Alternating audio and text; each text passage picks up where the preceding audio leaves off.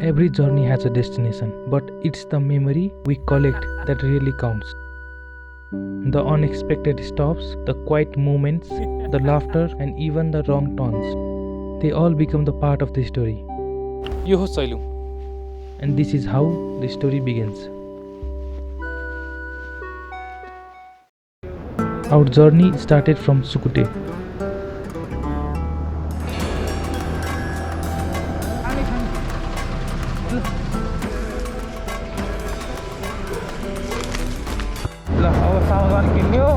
लाग्यो मनिष दाइ पछाडि आउँदै हुनुहुन्छ सैलिङ त यहीँ हो रे 2 घण्टा अरे भेटालै छैन रे घुम्ने रमाइलो गर्ने हो भने तपाईको यो आसपासै हो सैलुङ त्यसपछि यसपालि सैलिङ अर्को पालि जिरी गर्नु पर्ला है हुन्छ ल सैलुङ खैढुङ्गा अनि त्यसपछि माथि सैलुङ र खैढुङ्गा बाटो छुट्टै है हजुर जिरी चाहिँ सिधै जानु पर्यो जिरी सिधै हाइवे सैलिङ चाहिँ माथि के मुडे कि केबाट तल्दै जानु पर्यो मुडेबाट राइट साइड जाने त्यहाँबाट चाहिँ अफ रोड पनि छ अलि परतिर चाहिँ हैन हजुर स्कुटर जाँदै जान्छ देउरालीबाट जान्छ जानै पर्यो नि एकछिन दिदीहरूसँग कुरा गऱ्यौँ एकछिन बस्यौँ अनि फेरि सुरु गऱ्यौँ मनिष दाइ आउँदै हुन्छ यो चाहिँ हामी मुडे ठाउँमा आयौँ खाजा चिया चाहिँ फेरि खानेहरू टाइपको चाहिँ माइक छ कति वासरुम लाग्यो होला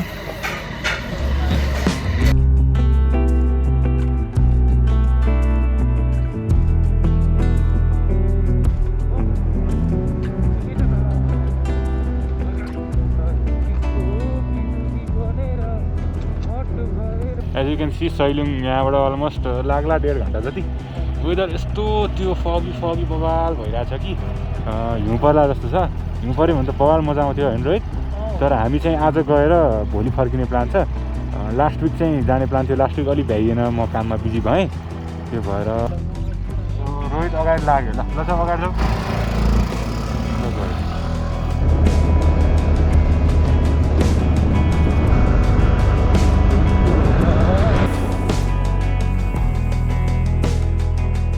कस्तो मिसाउँथ्यो मेरो अल्ट्रा भाइ ओइ नाइस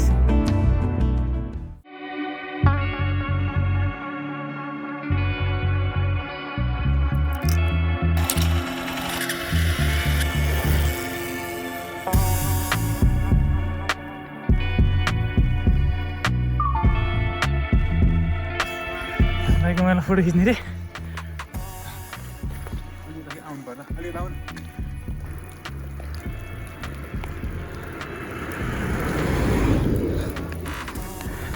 यस्तो भाइब हुन्छ भनेर अलिक चिटिको पारेर आउँथ्यो कि म अलिक तर राम्रै देखाएर त्यसमा त यो ज्याकेट त त्यो गाई चाहिँ असिना परै छ होइन डेन्जर भइरहेछ असिना देखाउने यत्रो छ क्या सानो असिना ल त्यो माथि लगाएपछि यहाँ पुग्यौँ अनि एकछिन रेस्ट गर्ने खाने यो बाइक चलाउँदै आउँदाखेरि चाहिँ मैले एउटा कुरा रियलाइज के गरेँ भन्दाखेरि मान्छेलाई के चाहिँदो रहेछ जिन्दगीमा भन्ने कुरा चाहिँ म सोच्दै आएँ कि अनि त्यसको निष्कर्ष भन्नाले त्यसको कन्क्लुजन चाहिँ के निस्क्यो भन्दाखेरि चाहिँ मान्छेलाई फ्रिडम चाहिँदो रहेछ जिन्दगीमा होइन आइदर इट बी अब बाइक चलाएर फ्रिडम हुन्छ अथवा चाहिँ विदेश गएर फ्रिडम हुन्छ सो फ्रिडम नै हामीले सिक गर्ने रहेछ सो जे काम गरे पनि त्यसको चाहिँ त्यसमा चाहिँ फ्रिडम खोजौँ डिप कुराहरू दाइले चाहिँ ल अब चाहिँ अब यहाँ खाने अनि अब जाने फेरि पानीमा थाल्यो अरे के नि रोकै पर्छ बसेर खाम न बु त्यो तिर्का त्यसले अब धेरै टाइम लाग्दैन नि त ल भर्खरै होटलमा आयौँ अनि हामीले चाहिँ 2-3वटा होटल हेऱ्यौँ अनि त्यहाँबाट चाहिँ बल्ल यो होटल सेलेक्ट गऱ्यौँ एउटा बेड अट्याच बाथरुम भएको सजिलो पनि हुन्छ हाम्रो त्यो गऱ्यौँ अब एकछिन फ्रेस हुने यहाँ खाजा खाने अनि दाइ र म चाहिँ अब त्यसपछि वाकिङ सुरु दाइ चाहिँ माग्ने बुढा जस्तो अलिअलि अब 1 घन्टा वक भनेको थियो अब हामी हेरौँ न अहिले कति बज्यो 2:30 हो मेरो चाहिँ अलिअलि एक्सपिरियन्सै छु म रिसेन्टली तिलचो गएको थिएँ उसको चाहिँ यो भर्याङलाई चाहिँ ग्रेट वाल अफ चाइनाको रेप्लिका भन्दो रहेछ कति श्रेष्ठ गनेर लास्टमा भन्छ है ल ल अब सुरु हाम्रो 1 2 3 4 5 6 7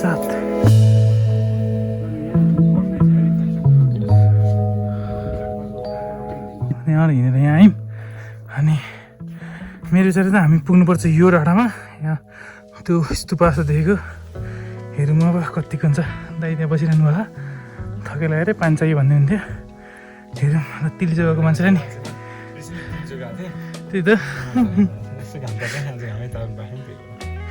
तिलसँग घाम लाग्दै हुन्थ्यो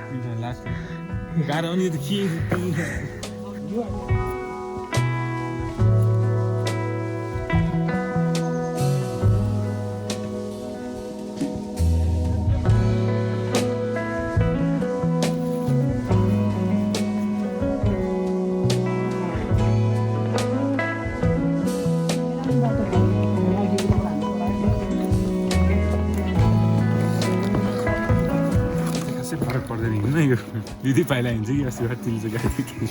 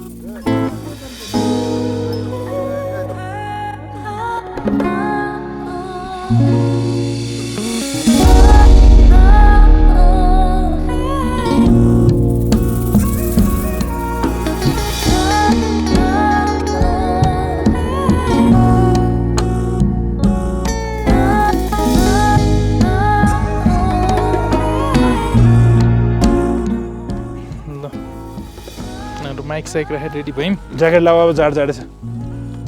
एकछिन हेर्नु बोक्न आफूलाई गाह्रो भएर होइन माइक साइक लगाएर चिसो छ कि त्यही भएर साउन्ड खतरा आइरह होला ज्याकेट स्याकेट बोकाएर भनौँ न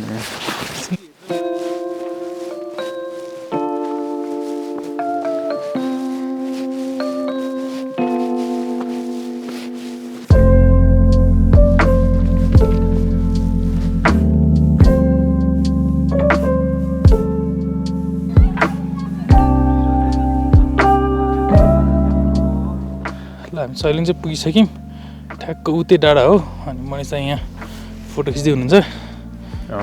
दामी छ यार सैलिङ त भन्नु पऱ्यो नि यहाँबाट 100 हिल्स भनेको चाहिँ यस्तैलाई हो 100 हिल्स भन्छ यसलाई अन्त क्विन अफ 100 हिल्स हो कि समथिङ के हो त्यस्तै भन्छ जस्तो लाग्यो मलाई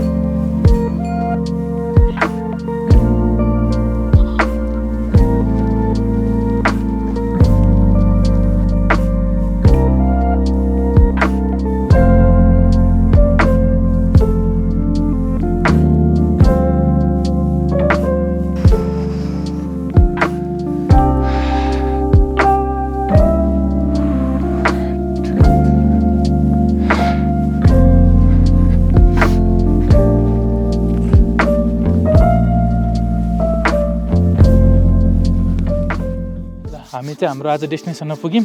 आजको जर्नी चाहिँ हाम्रो रमाइलो थियो हाम्रो बिहानदेखि मनिषसँग भेटेदेखिको हाम्रो